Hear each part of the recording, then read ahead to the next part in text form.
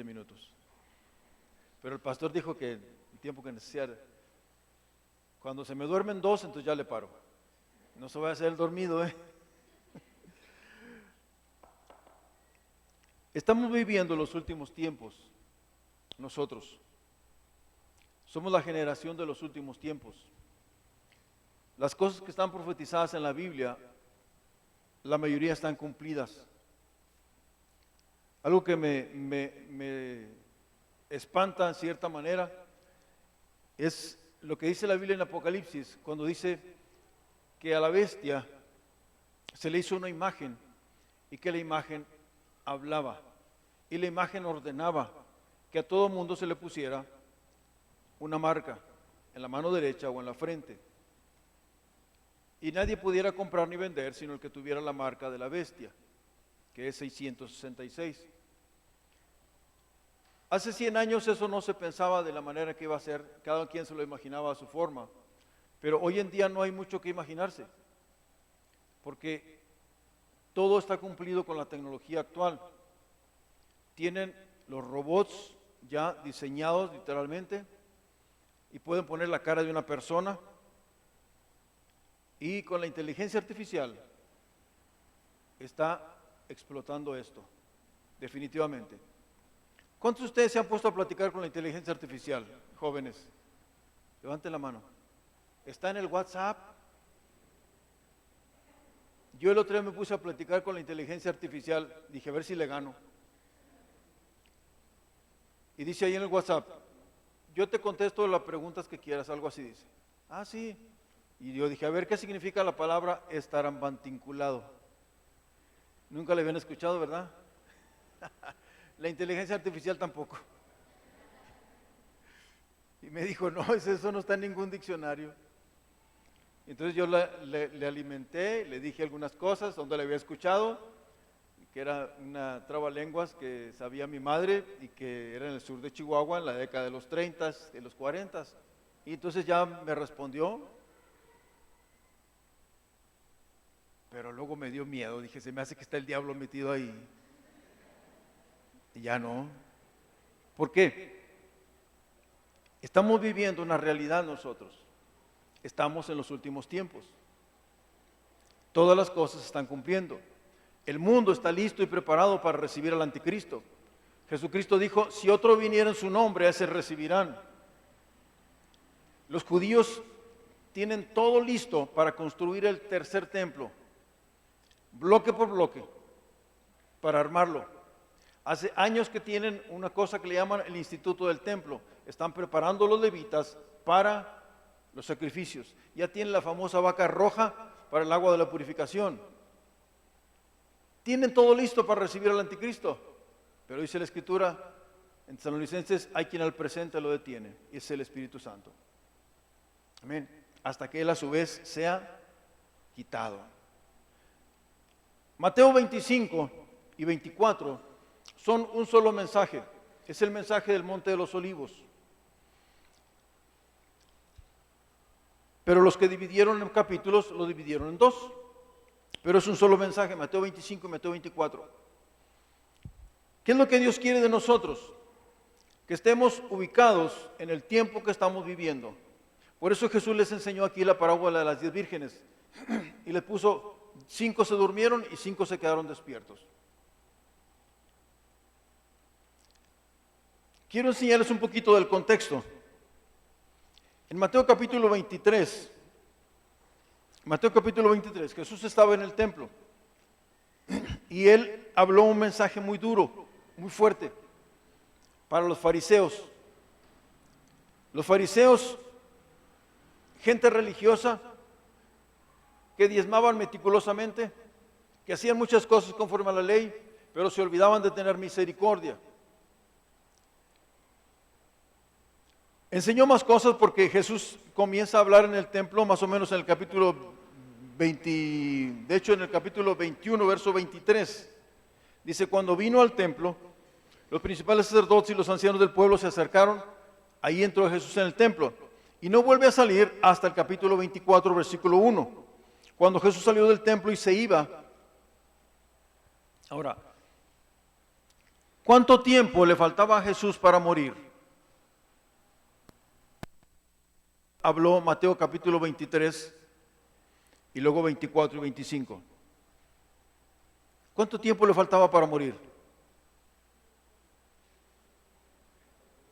Él sabía cuánto tiempo le faltaba. Mateo capítulo 26. Después de que terminó ese sermón del Mateo 26, versos 1 y 2. Cuando hubo acabado Jesús todas estas palabras, dijo a sus discípulos: ¿sabéis que dentro de 2 días se celebra la Pascua y el Hijo del Hombre será entregado para ser crucificado? ¿Cuánto tiempo le faltaba para morir? Le faltaban 2 días. ¿Qué haría usted si supiera que le faltan 2 días para morir? Hay gente que le dicen, te faltan 3 meses nada más, y ya se quieren suicidar. Sí, es una realidad. Pero Jesús estaba consciente del tiempo que estaba viviendo, y eso quería transmitirles a los discípulos, que estuvieran conscientes del tiempo que estaba viviendo. Y eso es lo que el Señor quiere transmitirnos a nosotros hoy en día, que estemos conscientes del tiempo en que estamos viviendo. Porque la gente no está consciente. Ahorita estamos en el Mundial, la Ciudad de México. Gracias a Dios que perdió México. Si no, ¿cuántos muertos más hubiera habido? Fueron 4 el día que le ganó a Ecuador. ¿Qué hubiera sucedido si le gana a Inglaterra? La gente está fanaticada con todo eso, con los deportes. En el capítulo 23, vaya conmigo allá a su Biblia, por favor. Capítulo 23, dice que Jesús les habló a la gente, pero del versículo 12 más o menos en adelante, de 13, comienza a hablarles a los fariseos. Del versículo 1 al versículo 12 les habló a la gente y a los discípulos, pero del versículo 13 en adelante les habla a los fariseos y le dice: ay de vosotros, escribas y fariseos hipócritas. Una palabra fuertísima. Ay de vosotros, escribas y fariseos hipócritas. El hipócrita es alguien que se pone una máscara y que viene a la iglesia los domingos. No voltee a ver a nadie, por favor, ahorita, para que nadie se ofenda. Se pone una careta y viene a la iglesia los domingos, o los sábados si es sabático, o los miércoles si trabaja los domingos, pero viene a la iglesia y delante de la gente da una cara, da una fachada. Díganle que está a su lado, que Dios nos ayude para no ser como los fariseos. El cristiano tiene que ser cristiano 24 horas diarias en todo lugar donde uno va, el mismo. Sea en la casa, sea en la iglesia, sea en la escuela, sea en el trabajo. Un amigo mío, pastor en Ciudad Juárez, Chihuahua, decía que él le dijo a uno de sus compañeros: es que soy cristiano, no puedo hacer eso. Y que estaba una muchacha ahí y le dijo: ¿de veras eres cristiano? Dice: sí, dice, yo también. Y el que le estaban diciendo al otro compañero se suelta riendo. Cuando la muchacha dijo: yo también. El hermano sí daba testimonio, pero ella no. Que Dios nos ayude, hermano. Jesús le habló a los fariseos fortísimo y les dice: ay de vosotros, escribas y fariseos hipócritas, porque cerráis el reino de los cielos delante de los hombres, pues ni entráis vosotros ni dejáis entrar a los que están entrando. Y comienza a decirles muchos: ay, ay, ay, ay. Y ese ay quiere decir, si no te arrepientes, viene juicio. Si no te arrepientes, vas a sufrir. Si no te arrepientes, viene dolor. Ay de vosotros, escribas y fariseos hipócritas. Verso 15, recorréis mar y tierra para ser un prosélito, y una vez hecho le hacéis 2 veces más hijo del infierno. Y ay de vosotros, verso 19, necios, ciegos, porque ¿cuál es mayor, la ofrenda o el altar que santifica la ofrenda? Verso 23, ay de vosotros, escribas y fariseos hipócritas, porque diezmáis la menta y el eneldo y el comino y dejáis lo más importante de la ley, la justicia, la misericordia y la fe. Esto era necesario hacer sin dejar de hacer aquello. Yo diezmo, pero sé que los diezmos no me salvan. El que salva se llama Jesús. Sin embargo, somos obedientes. Pero Jesús le estaba diciendo: ustedes diezman, pero piensan que por eso se van a salvar.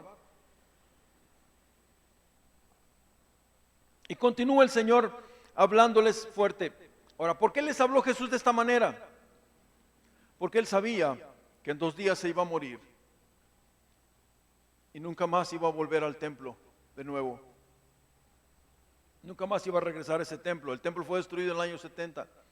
Jesús fue crucificado y no regresó al templo. Y era la última vez que les iba a predicar. ¿Qué haría usted si tuviera ese tiempo y era la última vez que le va a hablar a alguna persona? ¿Le hablaba fuerte, verdad? Yo digo que sí. Estábamos en Cadereyta, Jiménez Nuevo León una vez. Éramos estudiantes del Instituto Bíblico y fuimos a comer a la casa de una hermana que se llamaba la hermana Tuta, que en paz descanse. Y ahí en su casa su esposo tenía una fotografía de una anciana preciosa con sus hijos alrededor, y entre los hijos estaba el esposo de la hermana. Y me quedé viendo la fotografía y dije, qué hermosa anciana. Yo era un joven como de unos 27 años, a lo mejor 26. Y le dije al hermano, ¿era su mamá? ¿Es su mamá? Y me dice él, era mi mamá. Y entonces me contó la historia. Su mamá era católica fuerte. Y un día dice que él entró a su casa, a su cuarto de la mamá, y le comenzó a hablar fuertísimo sobre los ídolos que no la salvaban, y mira que esto y que el otro, y les señalaba a sus ídolos, y le decía, pero fuerte, y se le hablé. Y me salí, dice, pero encendido en ira, en la ira del Señor. Y dice que su mamá se fue tras él, y le dijo, mi hijo, yo quiero eso. Y recibió a Cristo, me dice. Dice, gloria a Dios. Al día siguiente murió. Le faltaba un día para morir. Y él le habló fuertísimo. Jesús les habló fuertísimo a los fariseos y les dijo, para salvarlos. Les habló con la verdad para salvarlos. Un hermano que se llama Antonio Bolaines, quizá usted ha oído hablar de él o lo ha visto por ahí en el YouTube. Es un predicador judío. Dice él que él encontró escritos en donde hablan de que en el tiempo de Jesús los romanos mandaron como checarlo, cuidarlo, a ver por qué sucedía, por qué ganaba tanta gente, por qué jalaba tanta gente. Había 5 o 10 mil personas en sus reuniones y lo observaban. Y entonces el reporte de ese hombre describía a Jesús físicamente, decía que su piel era como tez de nuez. Dice, pero cuando predica, siempre los está regañando. Siempre está regañando. Y cuando termina llorando. Y en este pasaje de Mateo 23, usted ve a Jesús gritando, literalmente regañándolos, pero cuando termina, él termina llorando.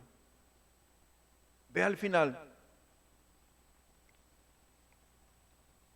Por tanto, verso 34, he aquí yo os envío profetas y sabios y escribas, y de ellos a unos mataréis, y a otros crucificaréis, y a otros azotaréis en vuestras sinagogas, y perseguiréis de ciudad en ciudad, para que venga sobre vosotros toda la sangre justa que se ha derramado sobre la tierra, desde la sangre de Abel el justo hasta la sangre de Zacarías hijo de Berquías, a quien matasteis entre el templo y el altar.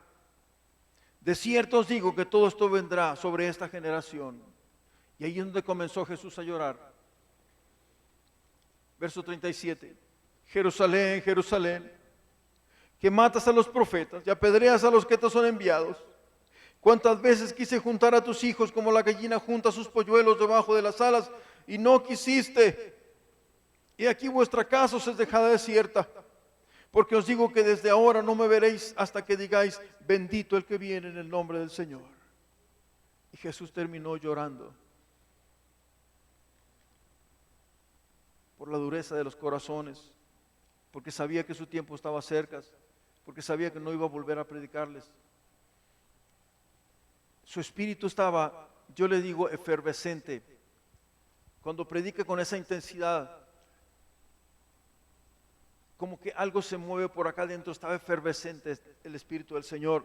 Y entonces dice, cuando salió del templo, capítulo 24, y se iba, se acercaron sus discípulos para mostrarle los edificios del templo.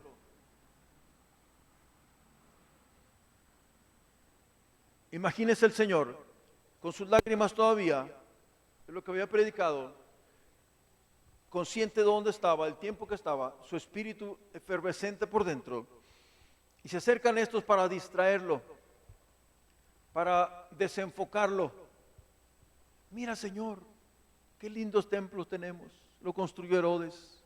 Mira, Señor, qué edificios, qué piedras. Y el Señor le responde, ¿veis todo esto? Verso 2, ¿veis todo esto?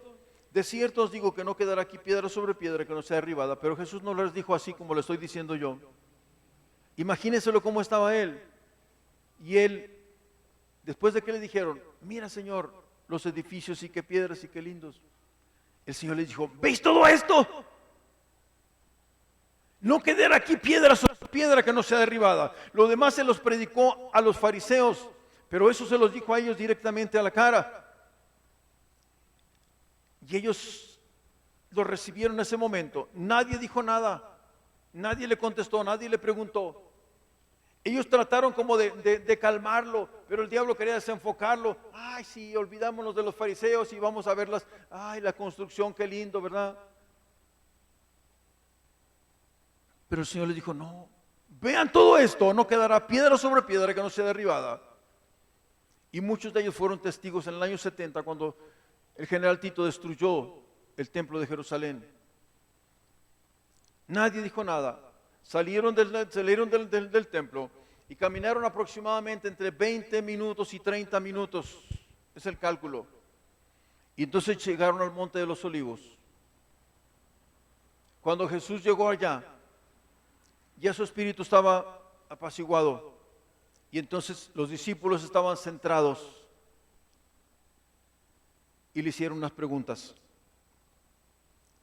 Y estando sentado en el Monte de los Olivos, los discípulos se le acercaron aparte diciendo, dinos, ¿cuándo serán estas cosas? ¿Y qué señal habrá de tu venida y del fin del siglo? Y entonces Jesús comienza a responderles sus preguntas. ¿Cuándo serán estas cosas? ¿Qué estaba sucediendo? Ya estaban centrados en la realidad. Habían entendido los tiempos. Dinos, Señor, ¿cuándo serán estas cosas? ¿Qué señal habrá de tu venida y del fin del siglo? Muchas veces las cosas materiales nos distraen, hermanos. Las cosas de este mundo nos distraen, nos hacen perder el tiempo y nos hacen perder la ubicación. Muchas veces le he dicho al Señor, hazme sentir la realidad de la eternidad, hazme sentir la realidad que estoy viviendo, hazme entender los tiempos, Señor. Mateo 24 son las señales que el Señor les dijo. Usted lo sabe, pestes, hambres, terremotos, pandemias, como nos ha pasado. Y el capítulo 25, que es de lo que hablamos. Entonces el reino de los cielos será semejante a 10 vírgenes, que tomando sus lámparas salieron a recibir al esposo. 5 de ellas eran prudentes y 5 insensatas.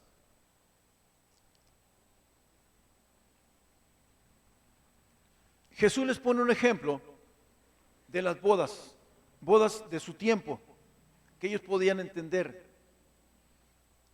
Cuando un joven se comprometía entre los judíos, entonces estaba desposado y él se iba a preparar la casa, a hacer los detalles. Aunque la casa estuviera terminada, sí iba a hacer detalles, tenía que darse los detalles. Y entonces cuando terminaba, regresaba por la novia. ¿Pero qué creen? No era el hijo, el que se iba a casar, el que decidía la hora en que iba a ir por la novia, sino era el padre. Era un trato de los padres, y el padre le decía, mi hijo, es hora de ir por la novia. Terminaste la casa, terminaste lo que tenías que hacer, es hora de ir por la novia. Por eso al final Jesús dice, el día y la hora nadie sabe, sino solamente mi Padre. El día y la hora nadie sabe cuándo el Señor va a venir, sino solamente el Padre Celestial es el que sabe. Por lo general era una media hora antes de la medianoche o a la medianoche. Y el Padre simplemente le decía, hijo, vamos por la novia. Las vírgenes de las que habla aquí eran las acompañantes del novio, que iban a acompañarla. Las lámparas era para alumbrar el camino, para alumbrar el rostro del esposo. Pero el detalle es que 5 de ellas eran prudentes y 5 insensatas. 5 entraron y 5 se quedaron. ¿Qué es ser prudente? ¿Qué es ser prudente? A ver, ¿qué es ser prudente? ¿Pensar qué? ¿Listo? ¿Preparado? ¿Qué es ser prudente? ¿Y qué es ser insensato? Porque era lo contrario en cierta manera. Fíjese que a través de lo que he estudiado en la palabra, lo que yo he visto, tengo una definición muy personal de lo que es ser prudente.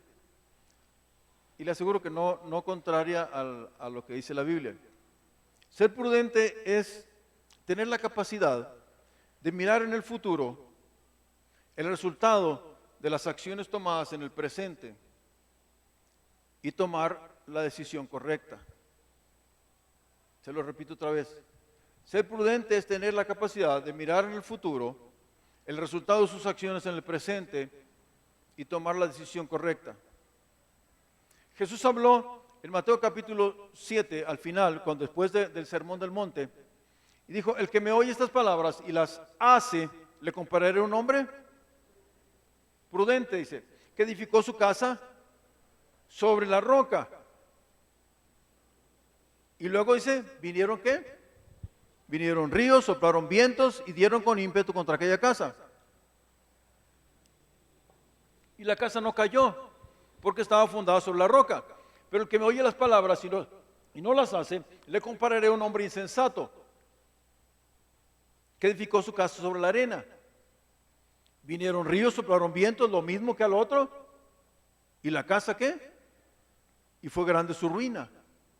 Entonces, ¿qué pasó con el prudente? El prudente dijo, voy a construir mi casa, pero yo sé que en el futuro viene la temporada de huracanes. ¿Cuántos de ustedes han vivido a la orilla del mar? Aquí en Oaxaca está lejos, pero a lo mejor alguien ha vivido por ahí en Huatulco, en Puerto Escondido. Mi esposo y yo hemos vivido en lugares así, y uno fue a La Paz, Baja California Sur, y sabemos que viene la temporada de huracanes. Y entonces, este hombre dijo, vendrá la temporada de huracanes en el futuro, y yo quiero que mi casa permanezca. Así que se puso a ¿qué? A cavar, se puso a cavar, a hacer hondo los cimientos, y entonces cuando encontró roca firme, puso los cimientos ahí, dijo, aquí va a permanecer la casa. El otro, cuando él había puesto los cimientos apenas, el otro ya había terminado la casa seguramente, porque nomás así sobre la arena nada más. Si alguien pasaba por enfrente y decía, mira qué bonitas casas, están igualitas, compraron el plano en donde mismo, ¿verdad? Y en el internet. Y las hicieron ahí, pero cuando vino la temporada de huracanes, entonces solo quedó una casa en pie y la otra se derribó. ¿Qué pasó? El prudente tuvo la capacidad de ver en el futuro el resultado de sus acciones en el presente. ¿Cuántos de ustedes tuvieron amigos que crecimos juntos en la primaria y actualmente usted tiene 60 años o 50 y ellos ya están muertos? ¿Se acuerda de esos? ¿Qué les pasó? Se metieron en drogas. Anduvieron robando. No recibieron a Cristo. Y entonces el diablo se los cargó. Muchos, yo le puedo nombrar los de mi colonia, allá en Chihuahua, no tuvieron la capacidad de ver lo que iba a resultar en el futuro. No se pusieron a estudiar tampoco, se dedicaron a otras cosas y al final de cuentas perdieron la vida, perdieron el tiempo. Las vírgenes prudentes de nuestra parábola no tuvieron la capacidad, las insensatas no tuvieron la capacidad de ver en el futuro el resultado de sus acciones en el presente. Las prudentes dijeron, posiblemente se tarde el esposo. y este aceite no nos va a alcanzar. La lámpara no tiene más capacidad, pero aquí tenemos una vasija extra. Y entonces agarraron la lámpara y agarraron su vasija con aceite extra. Y las insensatas no. Las insensatas no. Dijeron, con esto es suficiente. Dice el mexicano, ahí se va. Con esto aguanta. Y dijo el gringo, no, el que se va eres tú.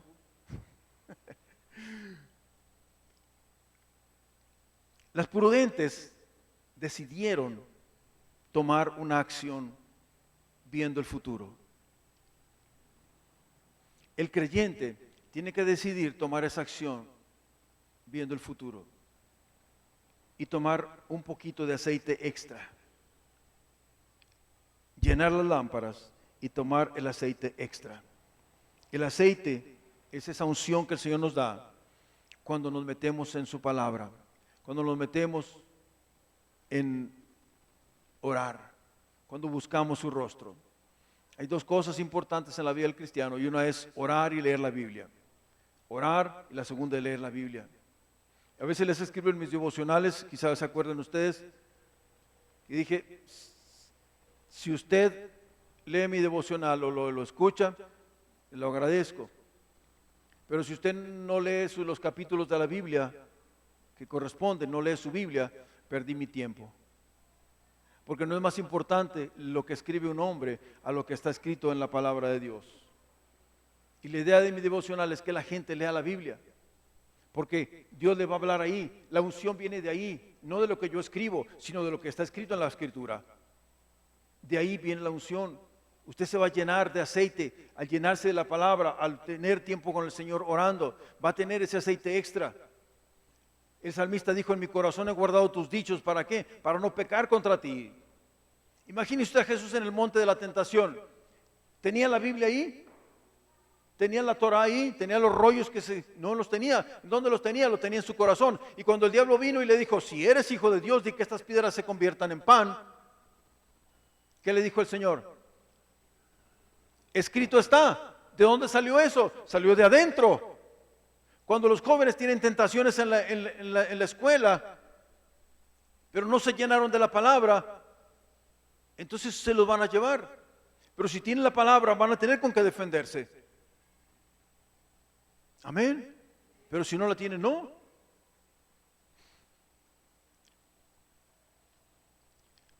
Tardándose el esposo, verso 5. Y tardándose el esposo, ¿cabecearon qué? Todas. Y tardándose el esposo, cabecearon todas y se durmieron. Y tardándose el predicador, cabecearon todos y se durmieron. Cabecearon todas y se durmieron. Oiga, se durmieron las 5 prudentes y se durmieron las 5 insensatas también. Todas se durmieron. Nosotros estamos pasando un tiempo en que la iglesia se durmió, pero ahorita está comenzando a despertar. ¿Cómo dice el canto? Es último cantaban de que canta esta Kim, la de un corazón. Pedimos gracia, algo así, ¿verdad? Y misericordia. Pero dice, ¿en qué momento dejamos de hacer esto? ¿En qué momento ¿Saben qué momento? En el momento que la iglesia se durmió. Nos dormimos. Todos. Los que leían la Biblia y oraban se durmieron también. Parte de mi oración casi todos los días es, Señor, despierta a tu iglesia. Despierta a tu iglesia. Despierta a tu iglesia. ¿Qué pasa cuando alguien está dormido? ¿Qué sucede? Pues no se da cuenta de nada. De nada. Y si está con sueño profundo, olvídalo, para pasar el tren por un lado y ni cuenta se dio. No se da cuenta de nada. No sabe en qué tiempo está viviendo. No sabe la hora en que está viviendo. Cuando usted despierta en la mañana o a la hora que sea, si despierta en la noche para el baño porque le da sed o X, entonces dice, ¿qué hora es?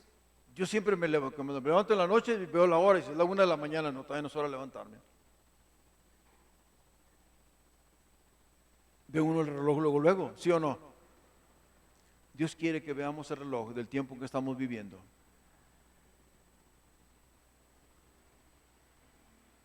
porque uno no sabe qué tiempo está viviendo, el que cuando está dormido. Pero cuando despierta, entonces dice, sí.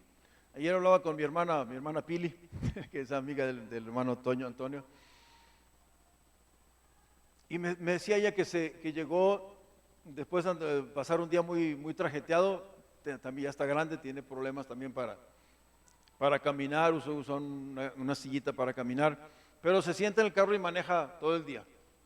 Así que ese día manejó mucho y llegó a la casa y se quedó acostada, se durmió y tenía que tomarse una pastilla a las 8 de la noche. Y cuando despierta, que se da cuenta que eran las 9 de la mañana. Hijo santo Dios. Y va y se toma la pastilla que ya se le había pasado. Y de repente va y abre la ventana y dice, ay, son las 9 de la mañana y ya todo está oscuro. Y entonces entendió que eran las 9 de la noche.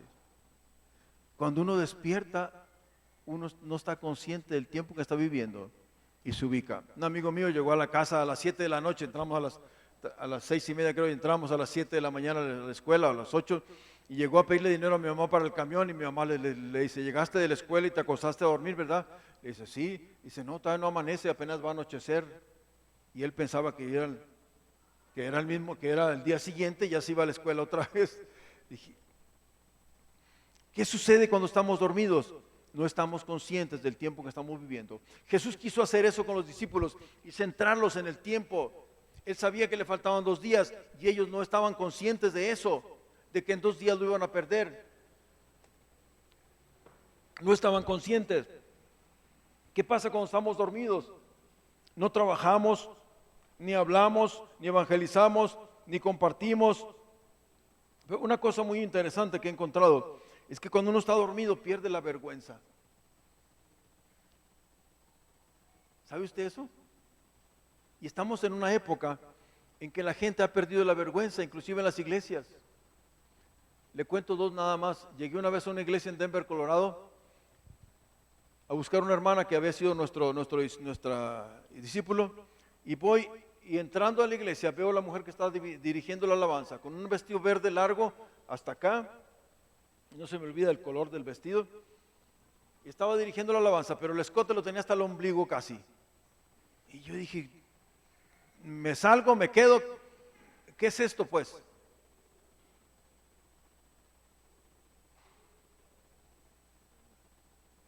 La mujer estaba dormida, como el Iztaccíhuatl, estaba dormida.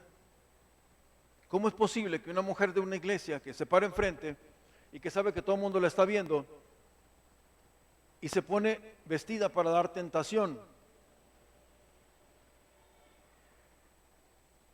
¿Recuerdan el poema de Sor Juana Inés de la Cruz? Uno de tantos que dice, ¿y quién peca más?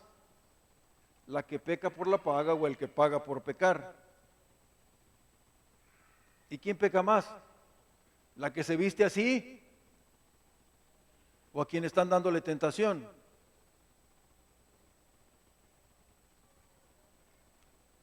La iglesia tiene que despertar y aún su manera de vestir se refleja.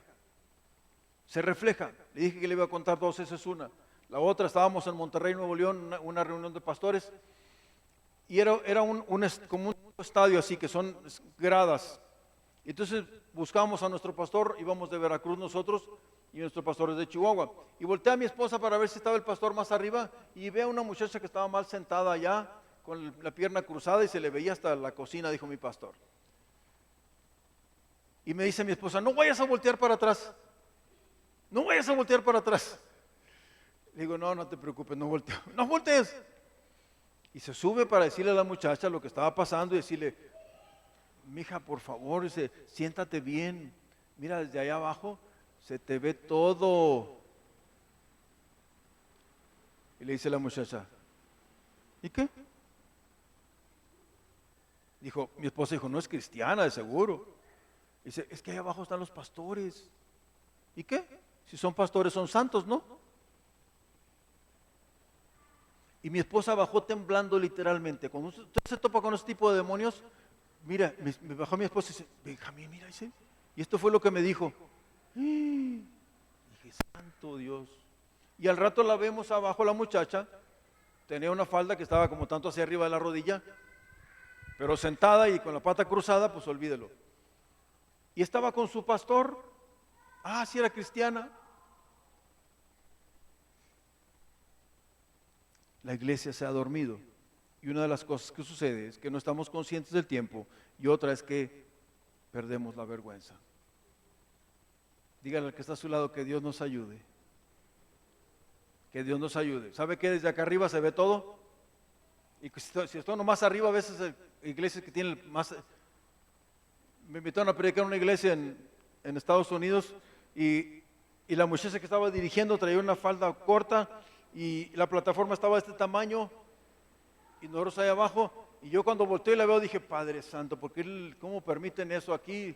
Yo voy a subir a predicar y luego me ponen eso primero. No, yo me hinqué a orar, o me puse ahí un rato orando, pero la volteé y la vi, pero ya no volteé a verla otra vez. Desde luego, Dios es testigo. Cuando ya me subí a predicar, ya pude predicar en paz. Pero la gente pierde la vergüenza. La iglesia se ha dormido. Que Dios nos ayude, hermanos. Son señales solamente. Entonces aquellas vírgenes, dice, a medianoche se oyó un clamor, aquí viene el esposo, salid a recibirle. ¿Cuándo se oyó el clamor? Aquí viene el esposo, salid a recibirle. Nosotros estamos viviendo ese tiempo de la medianoche. Ahora es algo interesante, se los voy a compartir, guárdelo en su corazón nada más. Pero hay dos parábolas en las que Jesús da a entender que Él tardaría 2000 años en regresar. ¿Sabe usted eso? Levante la mano. Una de ellas es esta. Dice, y a la medianoche se oyó el clamor. Aquí viene el esposo, salid a recibirle. ¿Cuántas vigilias tenía la noche? 4 vigilias. 2 antes de la medianoche y 2 después de la medianoche. ¿Sí o no? A la medianoche, ¿cuántas vigilias son? 2 vigilias. Ahora, vea usted el Salmo 90, verso 4. Salmo 90, verso 4.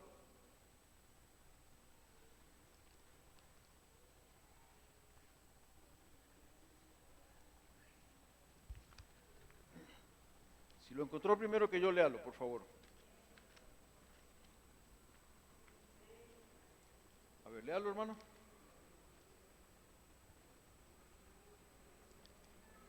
Porque 1000 años delante de tus ojos son como el día de ayer que pasó. ¿Y como qué?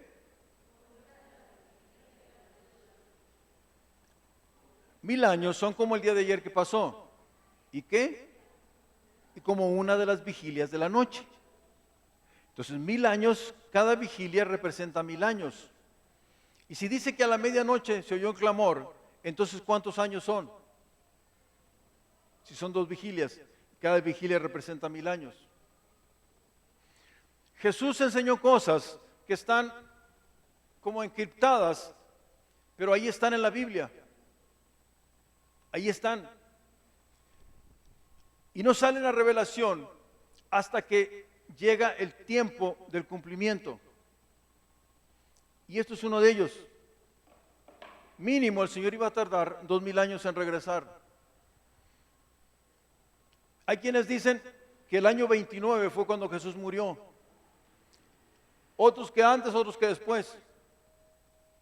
Pero estamos en los últimos tiempos. Así que puede ser el año 29, el año 30, el año 28, el año 27 o 26. Estamos en esos tiempos nosotros. ¿Qué es lo que está haciendo el Señor? Está tratando de despertar a la iglesia, para que entendamos que estamos en los últimos tiempos, que hablemos de la palabra, porque los que están dormidos no hablan, que compartamos la escritura, que demos y que demos y que demos y que oremos y que intercedamos por la gente. A veces voy caminando por la calle y no le hablo a mucha gente desde luego, pero oro por él. Digo, Señor, ten misericordia de esa persona. Porque hace muchos años Dios me habló una cosa, y me dijo, hay por quienes nunca llega una oración al cielo. Y a veces veo a esa gente en la calle, Señor, ten misericordia de él. Ten piedad de esta persona, ten piedad de esta otra persona, cuando voy caminando.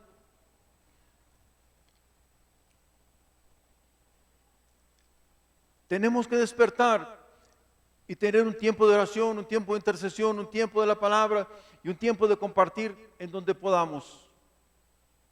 Y que Dios nos ayude. Le dije que eran dos parábolas.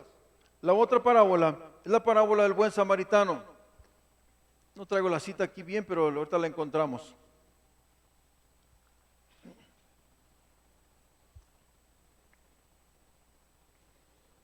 Creo que es Lucas capítulo 10. La parábola del buen samaritano.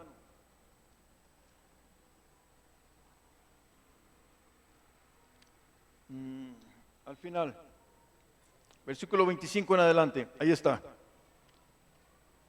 Le preguntaron al Señor, ¿haciendo qué cosa heredaré la vida eterna? Y entonces el Señor le dice, ¿cómo está escrito? ¿Tú cómo lees? Y él le da una respuesta, y amarás a tu prójimo como a ti mismo. Y entonces Jesús, él mismo le dice, ¿y quién es mi prójimo? Y la respuesta a quién es mi prójimo del versículo 29, entonces le da el Señor la parábola del buen samaritano. Un hombre descendía de Jerusalén a Jericó, cayó en manos de ladrones, los cuales lo hirieron y le robaron todo y lo dejaron medio muerto. Y entonces descendió un sacerdote y viéndolo se pasó de largo.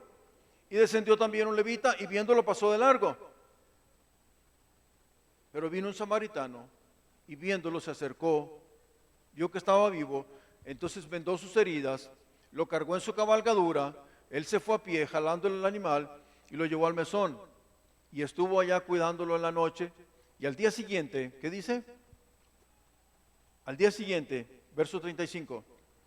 Al otro día, al partir, sacó 2 denarios y los dio al mesonero. Y le dijo, cuídamele y todo lo que gastes de más, yo te lo pagaré cuando regrese.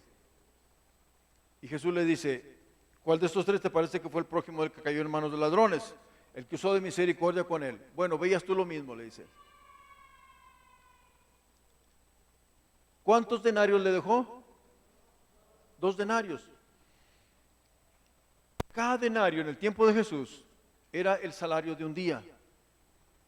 ¿Sí o no? Cada denario era el salario de un día. Le dejó 2. Y regresamos al Salmo 90. ¿Qué dice? Verso 4. Porque 1000 años delante de tus ojos son como el día de ayer que pasó y como una de las vigilias de la noche. 1000 años son como un día. El apóstol Pedro habla de lo mismo. Ahora, lo cuidó y le dejó 2 denarios y le dijo, voy a regresar. Si gastas algo de más, yo te lo pago cuando regrese. ¿Qué le estaba dando a entender el buen samaritano que representa a Jesús? Me voy a tardar 2 días o un poquito más en regresar. Hermano mío, la iglesia tenemos que despertar. Tenemos que despertar. Tenemos que estar conscientes de lo que estamos viviendo, del tiempo en que estamos viviendo. El diablo está distrayendo a la iglesia. Hay 3 problemas que tiene la iglesia últimamente, muy fuertes. Yo le llamo las 3D. Las 3D. Los divorcios, en cada familia hay uno. Es una plaga. El diablo está separando, dividiendo la iglesia con los divorcios. Se divorcia medio mundo. La gente se casa para decir, a ver cuánto duran. Cuando mi esposo y yo nos casamos, la gente pensaba que no íbamos a durar, porque él es de la Ciudad de México y yo de Chihuahua. Y usted sabe que judíos y samaritanos no se tratan entre sí, ¿verdad? Eran 2 culturas muy diferentes. pero llevamos 46 años casados, 45. Este año cumplimos 46 y Dios nos presta vida. Y seguimos adelante, porque el Señor ha hecho la obra. Pero muchísima gente dura 1 año, 2 años, 3 años, los divorcios. La segunda D son las divisiones. La iglesia se divide por diferentes pensamientos. 2 visiones diferentes. Son dos visiones diferentes. La visión del pastor y la visión del diácono. O la visión del pastor y la visión del anciano. Y entonces unos se van para allá y otros se van para acá. Y entonces ya tienen 2 iglesias. Dejé un sobrino mío, son 4 y se dividen, ¿no? Que quedaron. Pero la otra D son las diversiones. Las diversiones son 2 versiones. Quiere decir que hay 2 versiones de la vida. Una es la versión real. ¿Cuál es la versión real? La versión de Dios. Y otra es la versión del diablo. Las diversiones es la versión del diablo. La versión de la vida. Hay por lo menos 3 tipos de personas a las que el diablo les paga muy bien por vender diversión. Los cantantes. Ganan mucho dinero, comenzando desde Pedro Infante o Jorge Negrete para acá. Los artistas, los que hacen novelas, películas, todo eso, ganan mucho dinero también. El diablo les paga muy bien. Y los otros son los deportistas. Decían que 2 jugadores de Inglaterra valen más que todos los jugadores de México. ¿Cómo la ve? El diablo les paga muy bien a los deportistas.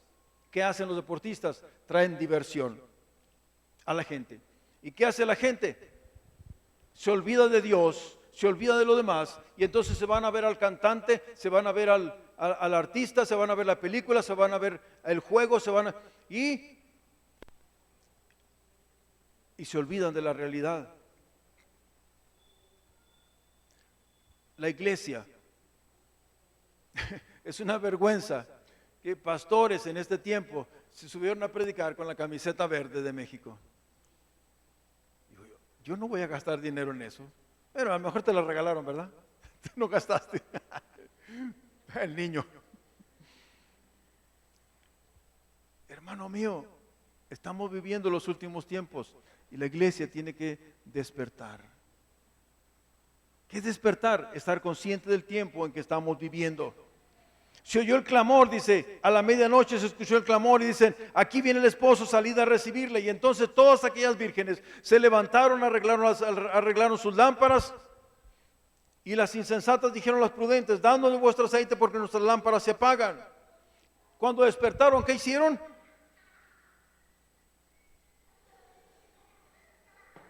Se dieron cuenta de su realidad. Se dieron cuenta de su realidad. Tenían un trabajo que hacer y se quedaron dormidas. Y mientras se quedaron dormidas, sus lámparas se estaban apagando. Las de todas, las de las 10. ¿Qué fue lo primero que hicieron? ¿Qué dice ahí? Arreglaron sus lámparas, arreglaron sus vidas. ¿Cuántos de ustedes les tocó alumbrarse con una cachumba de petróleo? Los que estamos viejos nos tocó eso. Nomás hermano Antonio y yo y alguien más por acá levantamos la mano. ¿Verdad? El hermano se ríe, se me hace que también lo tocó, pero no quiere levantar la mano. Ah, sí, bueno. ¿Se acuerdan qué pasaba cuando se iba quemando el DC? La mecha comenzaba a apagarse, comenzaba a ahumarse y uno se quedaba dormido ahí a veces con la lámpara y entonces aquello se iba bajando, pero le quitaban la bombilla, le metían tijeras y le cortaban hasta el ras y entonces ya volvía a alumbrar otra vez bonito. Arreglaron sus lámparas, arreglaron la mecha. Eso es lo que el Señor quiere de nosotros, hermanos míos, que arreglemos nuestras vidas. Hay gente que va a una iglesia, pero que no vaya fulano ese día de hoy, porque me cae gordo. O va a venir el familiar fulano, no, yo mejor no voy ahora. ¿Sabe qué? Guardamos rencores acá en el corazón. Y uno tiene que arreglar eso. Porque una de las cosas más tremendas es guardar rencor en el corazón. ¿Sabe que la gente con rencores no entra al cielo? No entra. No entra. Porque es como estar matando a alguien. En el Padre Nuestro, cuando Jesús enseñó a orar, hizo énfasis solo en una cosa. Cuando termina de decir el Padre Nuestro, que dice: Padre nuestro que estás en los cielos, santificado sea tu nombre, Mateo capítulo 6, verso 9 en adelante. Venga tu reino, hágase tu voluntad como en el cielo también en la tierra. ¿Y qué dice? El pan nuestro cada día noslo hoy. ¿Y qué más dice? Y perdónanos como nosotros a los que nos ofenden. Y al final dice: porque tuyo es el reino, el poder y la gloria. Pero al final el Señor hace un énfasis otra vez en el perdón. Dice: porque si no perdonáis a los hombres sus ofensas, tampoco Dios te va a perdonar a ti. Si no perdonamos, Dios nos perdona. Arreglar es una cosa muy importante, hermano. Arreglar eso. Fui a una iglesia, no les digo dónde, porque es algo muy fuerte. Y no quiero que vayan a ponerlo en el Facebook, porque eso del Facebook es un chisme por todos lados. Cuando terminé de predicar, los pastores me hospedaron, una pareja joven. Tenían 2 niños pequeños, todavía de primaria, y entonces comenzamos a platicar. Y usted sabe que de la abundancia del corazón habla la boca, ¿verdad? De la abundancia del corazón habla la boca. Comenzamos a platicar y entonces la hermana, la pastora, sacó lo que traía en su ronco pecho y comenzó a hablar de un familiar de así, así, así, así. Y yo vi que tenía rencor en su corazón contra esa persona. Y yo le dije: hermana, usted tiene que perdonar a esa persona. No, yo no tengo nada contra ella. Y yo pensé para mí: pues si lo acabo de ver, ¿cómo que no? Y entonces le dije: ¿hacemos la prueba? Hacemos la prueba, me dice. Repita conmigo esta oración. Y se pone así como muy macha, ¿no? Señor Jesús, y comienza a repetir la oración. Señor Jesús, delante de tu presencia, con mi esposo y el hermano Benjamín como testigos. Eso era serio, no por mí, sino porque éramos 2 testigos.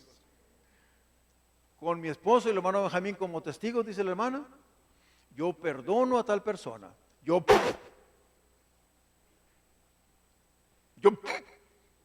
y le digo: hermana, repítalo.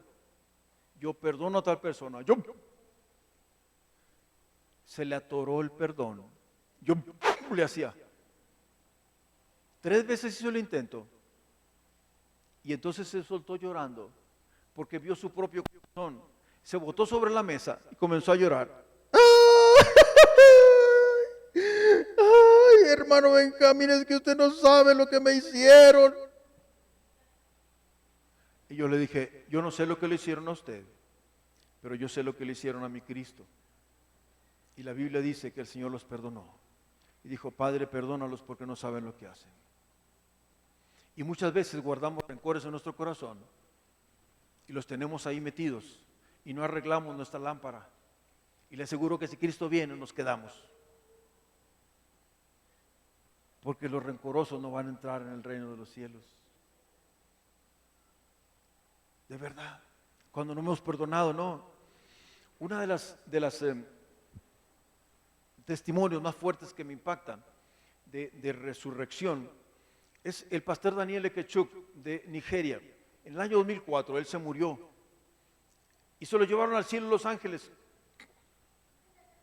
Y él quería meterse, dice, en el coro de los santos. Y entonces el ángel que lo llevaba le dijo: no, vamos a otro lado todavía. Y lo bajaron al infierno. Y dice él que caían como bolas así de lumbre. Y eran jóvenes, muchos jóvenes. Y entonces él oía gritos y todo eso, y la lumbre ya se quería ir otra vez al cielo. Y el ángel que lo llevaba, él testifica, está en el internet, usted lo puede encontrar ahí, el pastor Daniel Ekechuk, o un nuevo Lázaro, o algo así dice. Y dice él que el ángel que lo llevaba le dijo: si el libro de tu vida fuera cerrado hoy, este sería tu lugar. O sea, cuando uno se muere, la Biblia dice que los libros serán abiertos en Apocalipsis 20, el día del juicio, serán abiertos. y serán juzgados los muertos por las cosas que están escritas en los libros. ¿Cuándo se le escribió? Cuando estamos en vida. El libro está abierto y el Señor va escribiendo todo. El día que nos morimos, el libro se cierra. Y fue lo que el ángel le dijo a él: si el libro de tu vida fuera cerrado hoy, este sería tu lugar. Y él dijo: no, yo era pastor. Y le dice el ángel: sí, pero el día que te moriste, estabas enojado con tu esposa y no la quisiste perdonar. Y él dice que se quedó mudo porque se acordó de que sí, había tenido un problema con su esposa la noche anterior, y al día siguiente su esposa le pidió perdón desde la noche, y su esposa le pidió perdón en la mañana, y él se fue en su carro a hacer su trabajo de pastor. Y por allá tuvo un accidente. Y su esposa fue y platicaron, y él le encargó cosas de la iglesia, de los niños, pero nunca le soltó el perdón.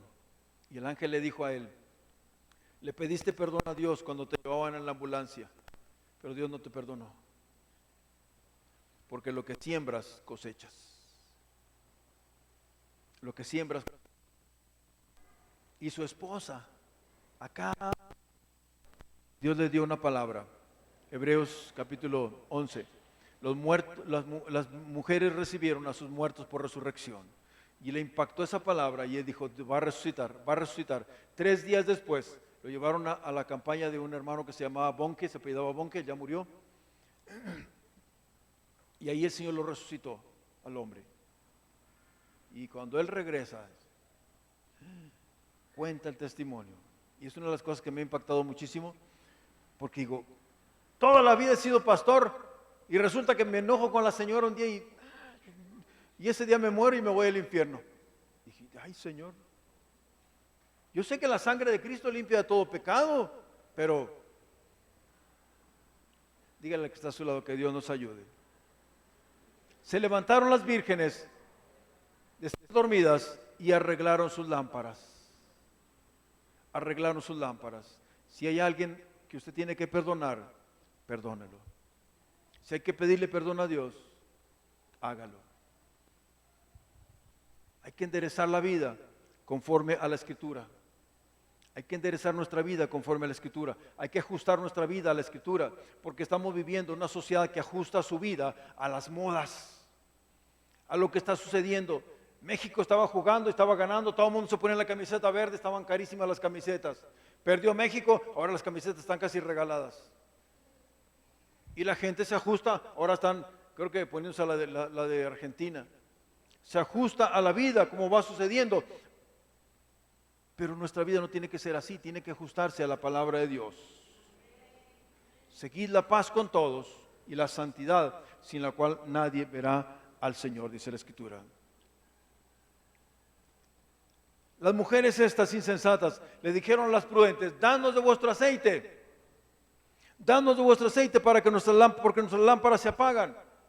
Y las prudentes le dijeron: no, para que no nos falte a nosotros y a vosotros, vayan ustedes y compren aceite. ¿Qué hicieron las prudentes? Las prudentes vieron más adelante, porque cuando venga el esposo es posible que se nos acabe a las 2 y no haya quien alumbre el rostro del esposo. Mejor vayan ustedes. Y no les dieron. Y no les dieron. Ahora, el aceite no se puede compartir, hermano. Ese aceite no se puede compartir. Usted tiene que llenarse de su aceite, usted tiene que orar, usted tiene que leer la Biblia, usted tiene que mantener esa relación con Dios personal. No se puede compartir. Asistimos en una campaña de Morris Cerulo, que en paz descanse. Morris Cerulo era un judío que Dios usaba mucho en sanidades y milagros. Estuvimos en Monterrey en 1986, me parece.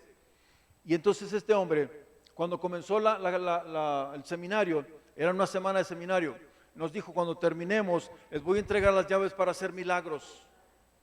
Y dije: oh, está bueno eso.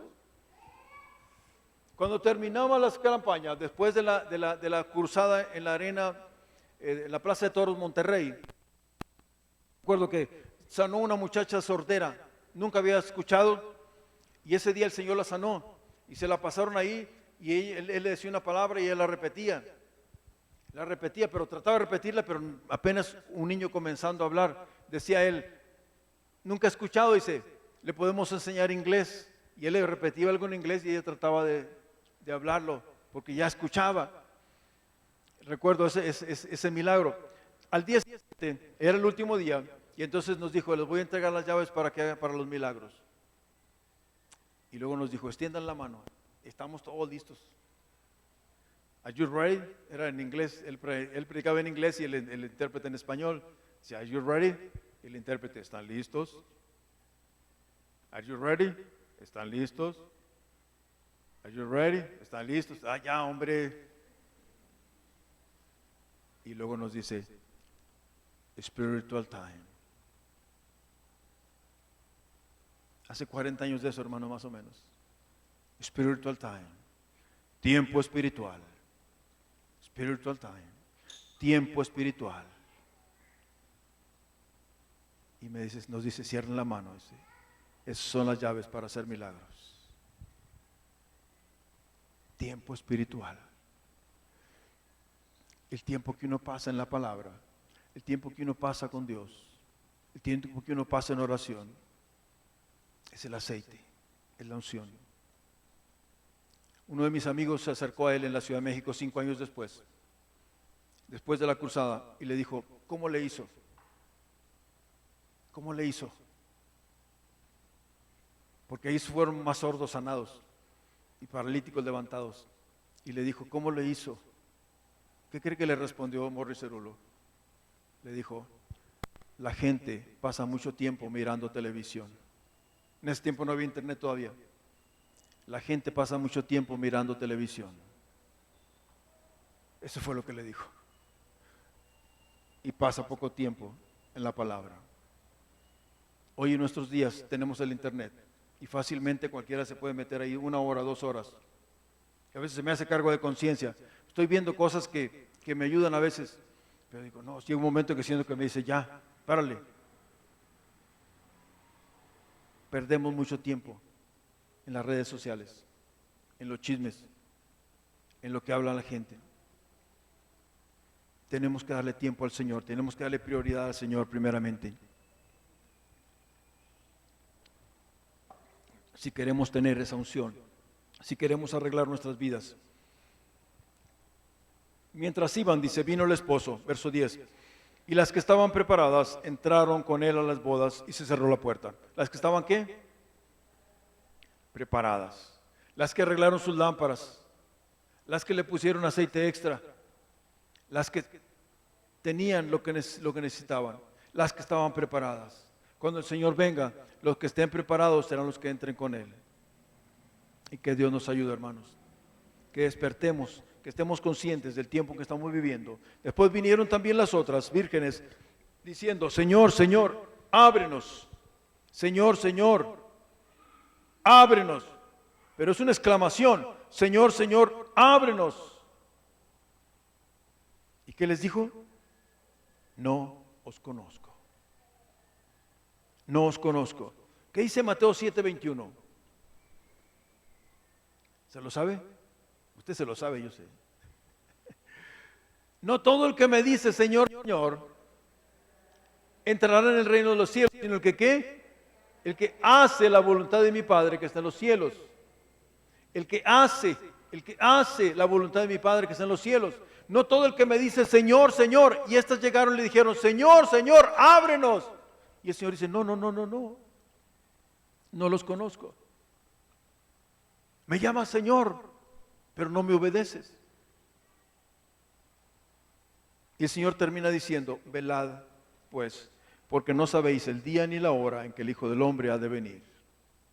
Tenemos el año aproximado, pero no sabemos el día ni la hora en el que el Señor ha de venir. Sabemos que estamos en los últimos tiempos por las señales que estamos viendo. Sabemos que estamos en el último tiempo.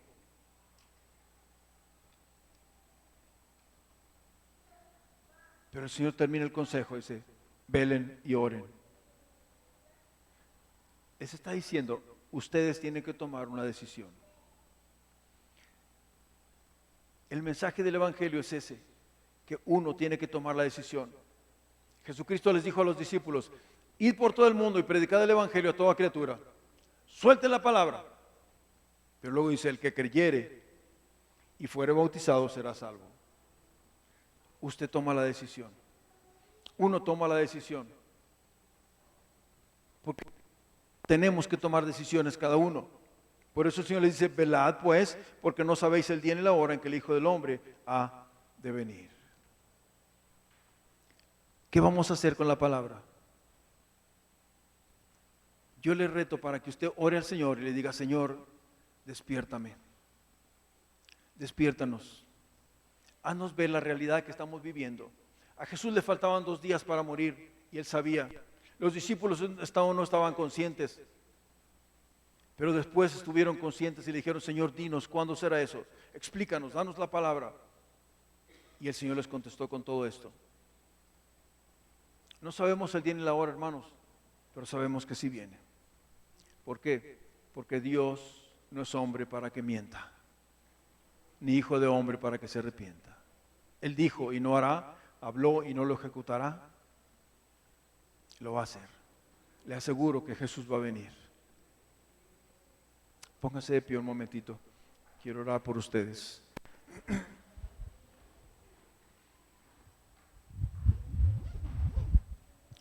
Padre, te alabamos, Dios. Gracias por tu palabra, Señor, que nos instruye, que nos enseña, que nos reta. Yo te pido, Señor, que cada uno de los que estamos aquí podamos, Señor, despertar, estar conscientes, Señor, del tiempo en que estamos viviendo, de que tú vienes pronto, Señor. Estamos viendo las señales cumpliéndose, Señor. El mundo está preparado para recibir el anticristo. Señor, ayúdanos a estar preparados nosotros, a arreglar nuestras lámparas, a arreglar nuestra vida, Señor. Perdonar a quien tengamos que perdonar, Señor. Como dice tu palabra, Señor, en oración, delante de tu presencia. Perdonamos, Señor. Ayúdanos, Señor, para ver nuestra vida como tú la ves. Ayúdanos, Señor, para ver el pecado como tú lo ves, Señor. En el nombre de Jesús. En el nombre de Jesús. Señor, sabemos que cada uno, Señor, vive una vida secreta. En la intimidad, Señor, cuando solamente tú ves. Ten misericordia de nosotros, Dios mío. Y ayúdanos. Ayúdanos, Señor, para despertar. Para tener ese aceite extra, para llenarnos de tu palabra cada día, para llenarnos de ti, Señor, a través de la oración, para compartir la palabra con otros, Dios mío. Bendice esta iglesia, Padre. Bendícelos a cada uno, Señor. Dale, Señor, hambre y sed de tu palabra, Dios mío, en el nombre de Jesús. Amén y amén.